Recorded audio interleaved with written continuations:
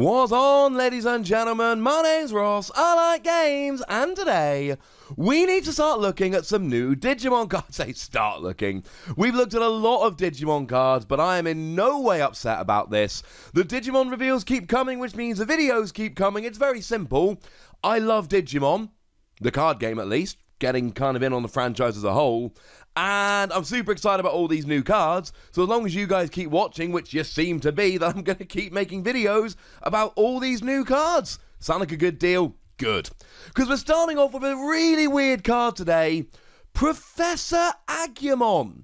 And the card is actually called Professor Agumon. He's got his little graduation hat, he's got himself a gown, although the end of those sleeves are very frayed. Come on, Agumon, take care of your clothes, man. But seriously, it's Professor Agumon. Now, the name is actually kind of irrelevant, because of course, this isn't like the Pokemon trading card game. In the Pokemon trading card game, it's very important what the name is because you can only evolve from certain Pokemon. In the Digimon trading card game, it doesn't really matter because you can evolve any level 3 red Digimon into any level 4 red Digimon. But I do find it very interesting that we've legitimately got a Professor Agumon. Of course, promo number 1 is an Agumon that doesn't really look like a card so much as a promotional material because he's actually holding a Digimon card and the gang's all behind him and all that. But this is fun. What does it do? Well, it's a free cost to play normally, 0 cost to evolve. Both of those are roughly in line with what we would imagine an Agumon to be. 1,000 power is low. I mean, if we compare this to the starter deck Agumon, for instance, same cost, but it is 1,000 power less, which is moderately upsetting. And actually, you could compare it to the other new evolution Agumon, and again, the cost is right, but the power is a little bit less. But then again, we've got quite a nice skill here. When you play it, playing does not include evolving, you return a Digimon whose name contains Agumon from your discard pile to your hand. Now, when it says name contains Agumon, that means Agumon, Professor Agumon, Engineer Agumon, Diver Agumon, whatever we might get in the future. Architect Agumon, Dr. Agumon, whatever it might be, whatever ones we get in the future. And this is quite nice for recovery. Remember, you can only play 4 of each number card, but it is separated by name, not number. If you were limited to 4 of each name, this would be super relevant, because you could play 4 Agumon and 4 Professor Agumon, but actually, as it works out, you could play 4 of all the different Agumon anyway, because it's number that differentiates, not name. So, it's alright for getting back Agumon. I mean, I do like this with the first promo Agumon, the one that when you play it, you get to destroy one of your opponent's Digimon with 3,000 DP or less. But that's a 5 cost to play after playing a free cost. That's 8 memory. That is a lot for a couple of level 3s. It can be nice for consistency if you've got a Digitama in your raising area ready to evolve. This can get you that level 3 Agumon, but it could also just be a level 3 Agumon. But then the one from the starter deck's got that really nice inheritable skill that gives any Digimon evolved from it an extra 1,000 power. It's the only Agumon we've seen with an inheritable skill, which sounds weird given how many Agumon we've seen, but it's true. No, I'm lying to you, it's not true. The Psyche Jump promo also has an inheritable skill, but only if you evolve into a Greymon or Greymon adjacent Pokemon, not normally, so I was kind of right with that one. I love the recovery. We've not seen much recovery. This is good recovery, but it seems underwhelming. As I'm planning out my red decks, I don't think this is going to be the Agumon, but I do love that we're getting it. Now, we are actually getting a new Digitama as well. It is the blue Digitama Upamon. And it's got an inheritable skill, kinda has to, skills don't work in the raising area. And once per turn, when you attack, if your opponent has any Digimon with no evolution sources, you draw a card. And this very much fits the theme of blue Digimon. We've seen a lot of Digimon that have a, if your opponent has no evolution sources on any of their Digimon, as in, if any one Digimon has no evolution sources, you get a boost. So this kind of fits in with that. I mean, we could look at something like, where Garurumon's probably the best. If your opponent has any Digimon with no evolution sources, security attack +1. And then, of course, we've got all those cards like Gabumon and Zudamon that can remove evolution sources from your opponent's Digimon. So, if you are going for what I suppose would be the traditional blue deck at this early juncture, yes, I'm aware there's a bit of a juxtaposition going on there, whereby you are getting rid of their evolution sources and then trying to get benefits from it. This is quite a nice Digitama, but you have to put it side by side with Sunamon. You see, this one, when you're attacking once per turn, assuming obviously your opponent has no evolution sources, you get to draw one card. Okay. But Sunamon, same parameters, you get an extra 1,000 power. So the question you've really got to ask yourself is, would you rather have the extra 1,000 power, or would you rather draw an extra card? Honestly, blue isn't the big build up your power set. That really is red. I think most of the time I'd rather have the draw to open up my options. So again, we're very early on and we haven't had new evolution and we've not been able to test properly. But I think I prefer Upamon to Sunamon in most decks.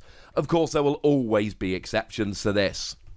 Moving over to another level 3 Digimon, we can see the amazing Patamon. Now, I'm on the hunt for a favourite Digimon. I don't have a favourite Digimon.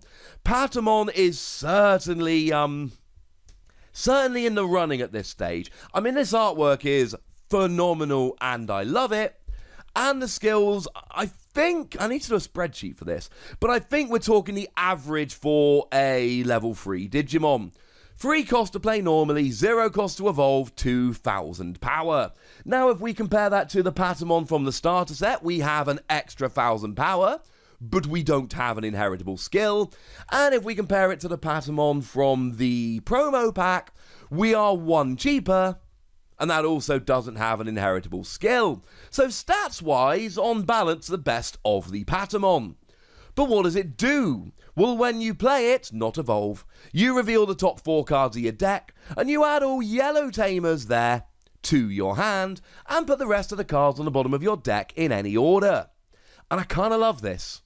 This is more searching, and this is good. The rule with this very simply is, if you want to go and get yourself some tamers, this is what you want. And I've made no secret of the fact that when we're looking at the starter deck tamers, I am a gigantic fan of Takaishi above the others. 2 cost, and during your turn, all of your security Digimon get an extra 2,000 power. Really means your opponent's going to have a hard time attacking your stack and surviving.